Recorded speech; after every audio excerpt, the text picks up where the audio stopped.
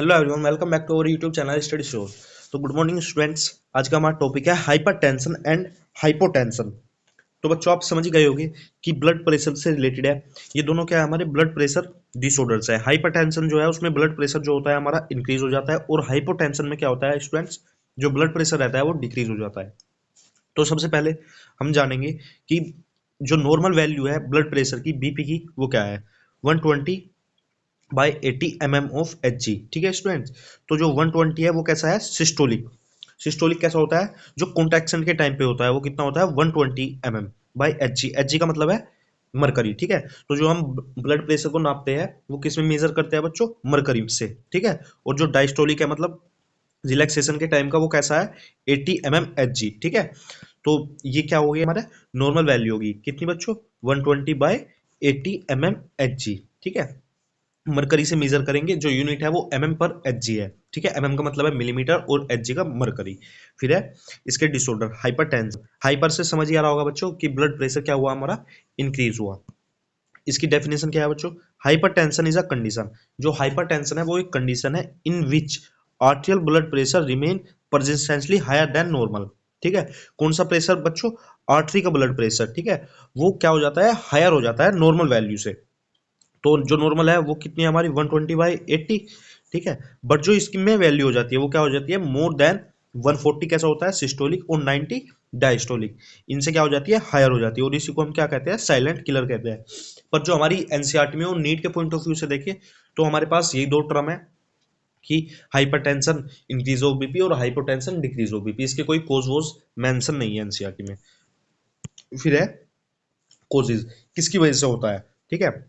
Narrowing of arteries, मतलब जो artery है हमारी, अगर नॉर्मल साइज इतना है तो वे क्या हो जाए, नैरो हो जाए। ठीक है। तो उससे क्या होगा, हमारा जो हाइपरटेंशन है उसके होने के चांस ज्यादा है। ठीक है। इंक्रीज ऑफ ब्लड वॉल्यूम, हमारी बॉडी में ब्लड का वॉल्यूम इंक्रीज हो जाए। अगर इसमें इंक्रीज हो जाए तो कोई दिक्कत नहीं है, पर अगर हमारी आर्टरी नैरो है और जब भी ब्लड इंक्रीज हो गया तो उस कंडीशन में क्या होगा, हमारा हाइपरटेंशन होगा। पर नॉर्मल वैल्यू, एक वैल्यू तक ही बच्चों इसमें नॉर्मल रहेगा। अगर कुछ वॉल्यूम जो है ब्लड की वो ज्यादा इंक्रीज हो गई तो इसमें भी क्या हो गए, हाइपरटेंशन बनने के चांसेस है। फिर है इंक्रीज पेरिफेरल रेजिस्टेंस, अगर रेजिस्टेंस इंक्रीज हो गया हमारी ब्लड वेसल में तो उससे भी क्या होगा, हाइपरटेंशन होगा। स्ट्रेस से और ओबिसिटी से भी क्या है, कोजेज है बच्चों, जनरल कोजेज है हमारे हाइपरटेंशन के। फिर है इफेक्ट्स। इफेक्ट्स क्या है, फर्स्ट है एथेरोस्क्लेरोसिस। ये एक बच्चों डिसीज है, इनको मैंने डिटेल में अलग लेक्चर्स में समझा रखा है, अगर आप देखना चाहो तो उन वीडियोस में देख सकते हो। हार्ट फेलियर में, अगर हमारा हार्ट फेलियर होगा तो हमारा बीपी क्या होगा, इंक्रीज होगा। किडनी डैमेज हो सकती है, और क्या होगा बच्चों, increase risk of stroke, stroke भी हो सकता है। ये सब कंडीशन किस में होगी, हमारी हाई बीपी में। अगर हमारा बीपी इंक्रीज हुआ तो आर्थ्रोस्क्लेरोसिस होगा, हार्ट फेल होगा, किडनी डैमेज होगी, और रिस्क ऑफ स्ट्रोक हो सकता है। फिर है हाइपोटेंशन। हाइपोटेंशन का मतलब है decreasing of blood in the, किसमें, आर्टरीज में। ठीक है। Hypotension is a condition in which arterial blood pressure, जो ब्लड का प्रेशर है किसमें, आर्टरीज में। ठीक है। वो क्या हो जाता है, बहुत कम हो जाता है, रिमेन्स एबनॉर्मली लो। जो नॉर्मल वैल्यू है वो कितनी है हमारी, 120 से 80 है। पर अगर वैल्यू क्या हुई, इनसे कम हो गई बच्चों। ठीक है। क्या हुई, इनसे कम हो गई, तो उसमें क्या कहेंगे हम, हाइपोटेंशन। ठीक है। फिर है कोजिज, अगर ये कंडीशन हुई तो हाइपर होगा, और इनसे कम हो गई तो क्या होगा, हाइपो होगा बच्चों। ठीक है। कोजिज किसकी वजह से होगा, blood loss, dehydration, reduce cardiac output, और सडन पोस्चुरल चेंज। फिर इफेक्ट्स है, इफेक्ट में क्या होगा, हमें डिजीनेस होगी, फेंटिंग होगी बच्चों, और reduce blood supply to organ, और उससे क्या होगा, हमारा मल्टीपल ऑर्गन फेलियर हो सकता है। ठीक है।